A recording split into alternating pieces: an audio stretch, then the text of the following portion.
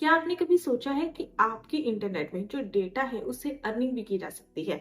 तो देखो, ब्राजील जो है वो दुनिया का ऐसा पहला देश बनने जा रहा है जहां पर लोग अपने डिजिटल डेटा से पैसे कमा सकेंगे। इस योजना का नाम डी वॉलेट है, जिसके तहत लोग अपनी जानकारी को डिजिटल वॉलेट में जमा कर सकेंगे और फिर कंपनियों को बेच सकेंगे। तो चलो इसको डिटेल में समझते हैं। इस योजना का नाम डी वॉलेट है और ये योजना ब्राजील गवर्नमेंट लेकर आ रही है।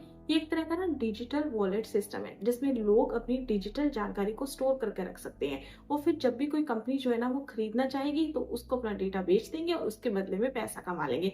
तो ये एक तरह का ना डेटा सेविंग अकाउंट है।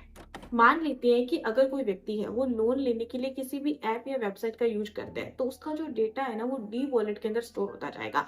अब कंपनियां क्या काम करेंगी, इस डेटा के ऊपर बोली लगाएंगी और अगर मान लो वो व्यक्ति जो है वो ये मंजूरी दे देता है तो वो अपना डेटा उस कंपनी को बेच देगा, बदले में वो कंपनी क्या करेगी, उसे पैसे दे देगी। अब आपके दिमाग में एक सवाल आ रहा होगा, तो फिर क्या ब्राजील के अंदर ये जो डेटा है उसको बेचना कंपल्सरी होगा? देखो, ऐसा नहीं है। ये बिल्कुल आपकी चॉइस में डिपेंड करेगा कि आप डेटा जो है वो कंपनी को देना चाहते हैं या फिर नहीं देना चाहते हैं।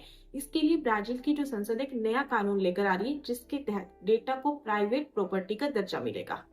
एक्सपर्ट का कहना है कि देखो, इसके फायदे और नुकसान दोनों ही है। मान लेते हैं कि अगर कोई व्यक्ति है जो किसी ग्रामीण इलाके में रहता है, वो डिजिटल रूप से उतना साक्षर भी नहीं है, कम पढ़ा लिखा है, तो उनके दिमाग में तो ये आएगा ना कि चलो ठीक है, हम अपने डेटा को बेच देते हैं, बदले में हमें पैसे मिल जाएंगे। लेकिन इससे होगा क्या, उस व्यक्ति की जो राइट है ना वो खतरे में पड़ जाएंगे। देखो, गवर्नमेंट को इससे ये फायदा होने वाला है कि गवर्नमेंट को लार्ज स्केल पे लोगों का डेटा मिल जाएगा, जिससे गवर्नमेंट जो है वो एजुकेशन, हेल्थ और ट्रांसपोर्ट जैसे एरियाज में पॉलिसी मेकिंग में ना गवर्नमेंट की हेल्प हो जाएगी। आपकी इस पर क्या ओपिनियन है? क्या आपको लगता है कि ब्राजील जो है ये डी वॉलेट वाली योजना को लाकर सही कर रहा है? क्या इस तरह की जो योजना है वो भारत में भी आनी चाहिए?